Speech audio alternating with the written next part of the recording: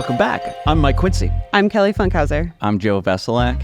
So today we are going to talk about the 2024 Kia EV9. And listen, right from the start, let's just make it clear that the argument can be made. The EV9 is like the first mainstream three-row all-electric SUV. Acknowledging that the Tesla Model X arrived in 2016, okay? The Mercedes-Benz EQS SUV and Rivian R1S are also available. Okay, acknowledge that. But those three models are significantly more money than the EV9, which starts at $54,900. That price is more in line with the Tesla Model Y, which has minuscule third-row seats, but really isn't suitable for adults. So, just getting that out of the way. Kelly, let's turn to you and really talk about what exactly is the EV9. The EV9 is a mid-sized three-row SUV. Similar in size. Well, it's really kind of the EV version of the Kia Telluride, right? Similar to Honda Pilot, Mazda CX-90, and the Toyota Grand Highlander as well. So. And the Highlander, listen to me. The Telluride in particular did very well in our testing. Exactly. So we're expecting this one to probably do well too, but again, we'll have to find out. So what we bought was a long-range all-wheel drive model. It has 320 horsepower, dual electric motors, a 99.8 kilowatt-hour battery, and a one-speed direct drive transmission. We added carpeted floor mats, and with the destination fee, the grand total came to $65,620. Now, as of right now, this podcast recording, the EV9 is built in Korea. So the only way it's eligible for their federal tax credit up to $7,500 is if it's leased. But Kia plans to assemble the EV9 in its West Point, Georgia plant, which will make it eligible for some of those funds if the SUV is purchased. So, Joe, now we're going to turn to you with some of your initial driving impressions. Yeah, so I think overall it does pretty well. It handles well. The steering is okay. That being said, up until you get into you start pushing it at the limit, the steering loses feel and feedback as as speeds increase, as you experience more turns, as well as, you'll notice some of the agility where it's, you'll notice the weight of the vehicle. It does have a low center of gravity, so sub-limits, it feels very flat and, a low center of gravity. But once you start pushing it, driving it a little harder, you'll notice that, there's more body roll. It leans in the turns. It's not as composed as you feel like it would be initially. Right. And you talk about weight, and this is something we've talked about a lot with EVs, how much more they weigh comparison to similarly sized, that's not easy to say, vehicles. But Kelly, what did you take away with your time in the EV9? Yeah, so weight is definitely a factor, but also size, right? So the wheelbase of this EV is slightly larger than even the average mid-size SUV. So I think we calculated, between 5 and 8 inches longer than the average mid-size SUV. So it's got the weight and the size. So that's going to contribute to some of those negatives, right? So it's not a sports car by any means. You're going to get that body roll and leaning, and you're going to feel that weight as you drive it. Right. And with size, I mean, it is a legitimate three-row model. Right. So are you putting, full-size adults here, or is this mostly kids?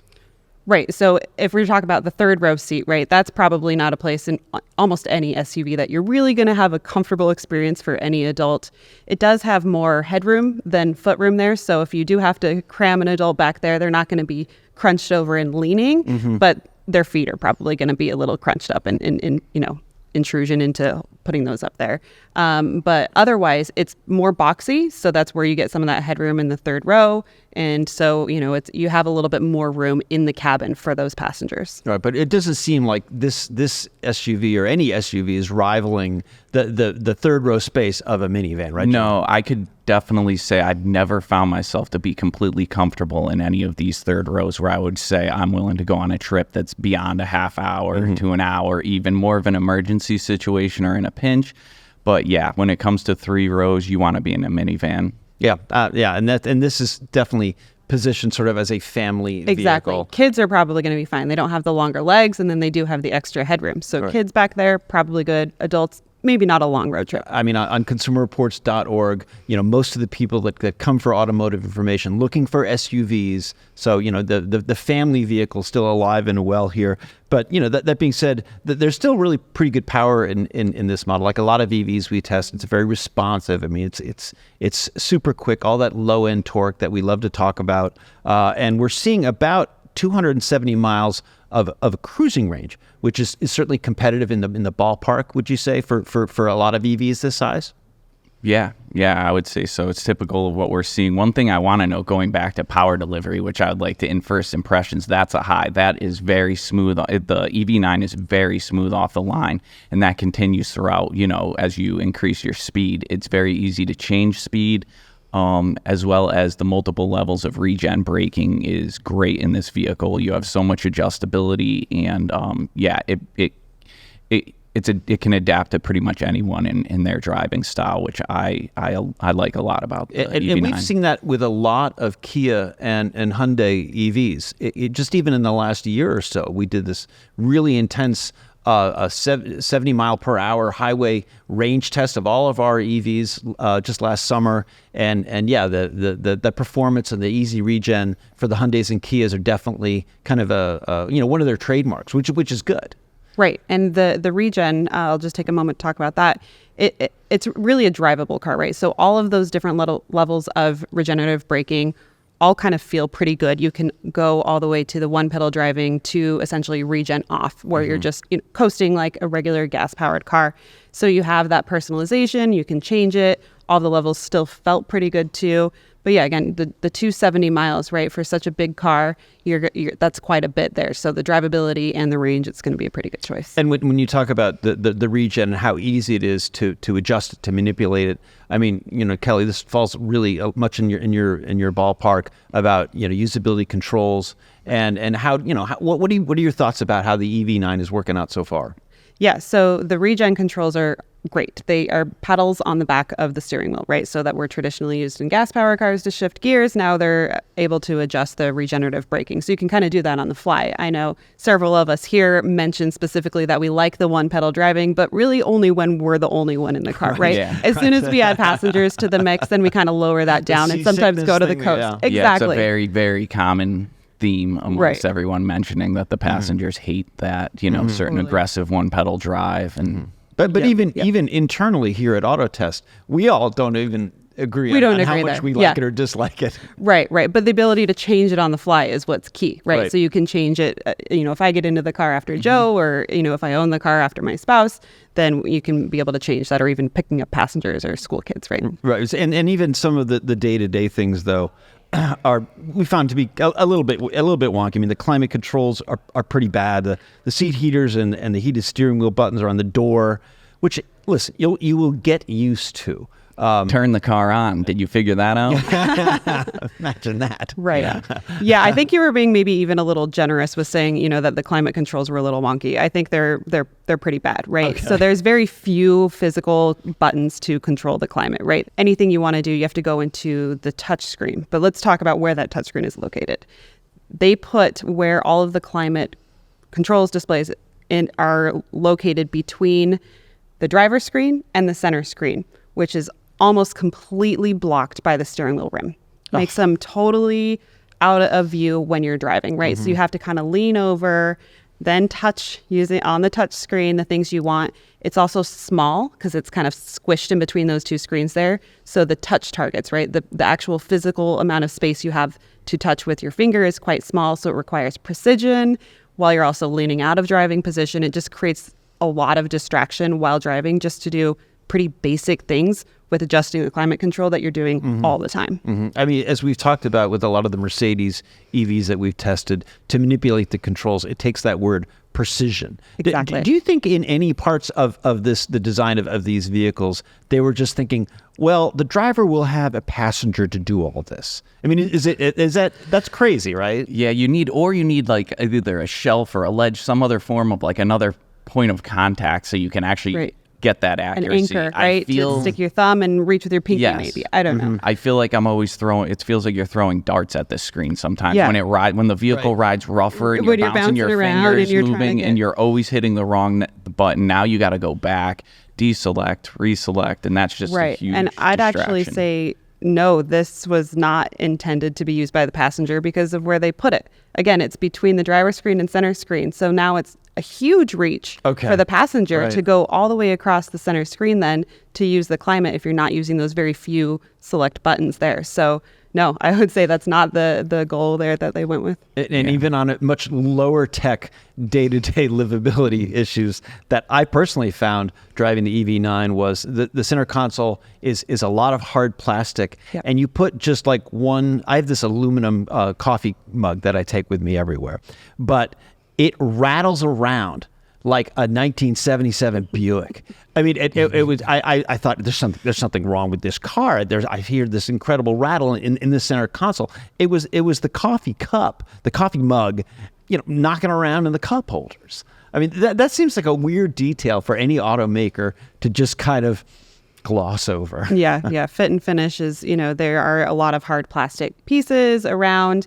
There's these kind of embedded buttons where they're basically touch screen buttons underneath the center screen that are illuminated from behind. So they don't look like buttons, right? The whole panel kind of moves when you push them. It looks nice, but isn't super practical. Again, you find yourself almost using that as an anchor to rest your wrist on while you're using that touch screen. Exactly. But then unbeknownst to you, you just pushed some of those buttons that were embedded behind this other piece of plastic. Yep. Dazzling in a boardroom or a design studio, not so practical on a day-to-day basis. Right. Maybe it looks pretty, but using it, you might run into trouble. Right. Well, listen, these are our first impressions of the EV9, and check out Sweet Johnny Link's got a great first drive article at consumerreports.org, and definitely check back as we complete our full roster of over 50 tests that we're going to do on this vehicle, as we do on every vehicle here at Consumer Reports Auto Test Center. As everyone wants to talk about EVs, and we are testing all of them that are out there. Which brings us to our audience questions. We love your questions. Keep them coming. Emails, 30-second videos. Send them all to talkingcars@icloud.com. That's talkingcars@icloud.com. And first up is Vincent from Valley Stream, New York, who writes, I own a 2020 Toyota RAV4 XSE hybrid that came equipped with Dunlop Grand Tech P220 tires. At that time, I was getting close to 41 miles per gallon. The Dunlops wore out at 24,000 miles. After doing research with Consumer Reports, I decided to replace these tires with General Ultimax 365 AW. These tires have a 60,000 mile warranty, but unfortunately, my miles per gallon only hits 36 miles per gallon now. Are there hybrid-specific tires for hybrid vehicles? So as most of Talking Cars audience knows, we have a very robust tire test program. And Joe, I know you checked in with Ryan Pislikowski for an expert answer. Correct. There isn't exactly hybrid specific tires, but there are low rolling resistance tires, and there are tires marketed for EVs that are low rolling resistance as for, better fuel economy as well as noise reduction. That being said, those tires come with compromises. Those would be shallower tread depth, an overall lighter tire to be more efficient. Mm-hmm. The tires that Vincent has, those are all-weather tires. Those are going to have a deeper tread. They may be softer. They're more catered towards inclement weather.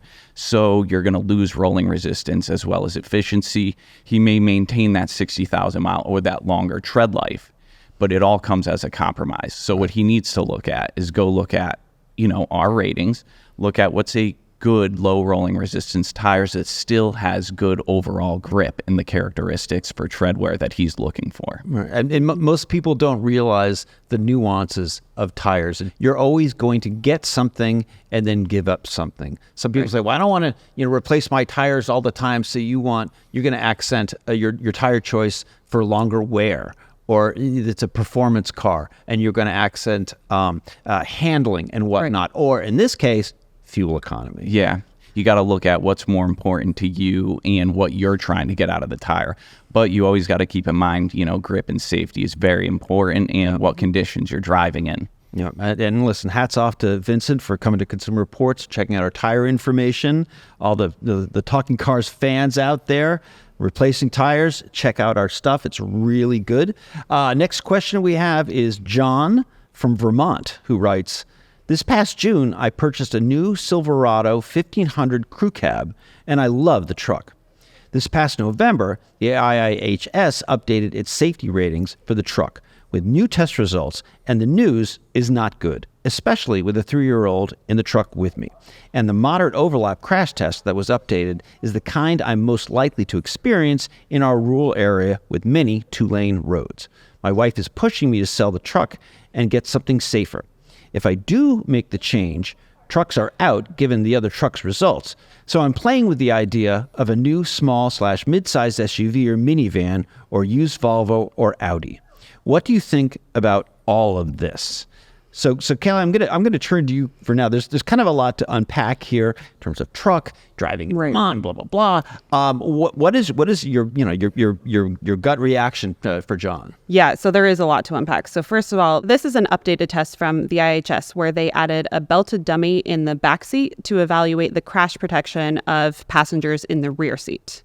And what that is it's a head-on test, right? So as John was saying, rural roads, that's exactly the scenario that they're talking about for this, right? When you have 2 lanes in opposing directions coming towards each other, if one of those cars veers over that double yellow into the oncoming, that's this type of test, right? So these types of crashes are very severe, right? Often fatal. So they recently started testing these and they haven't conducted all of this test on all of the cars yet. So there's very limited data that we have so far. And John is right. The Silverado did not do so hot in that test, right? It actually got a poor in that moderate overlap test.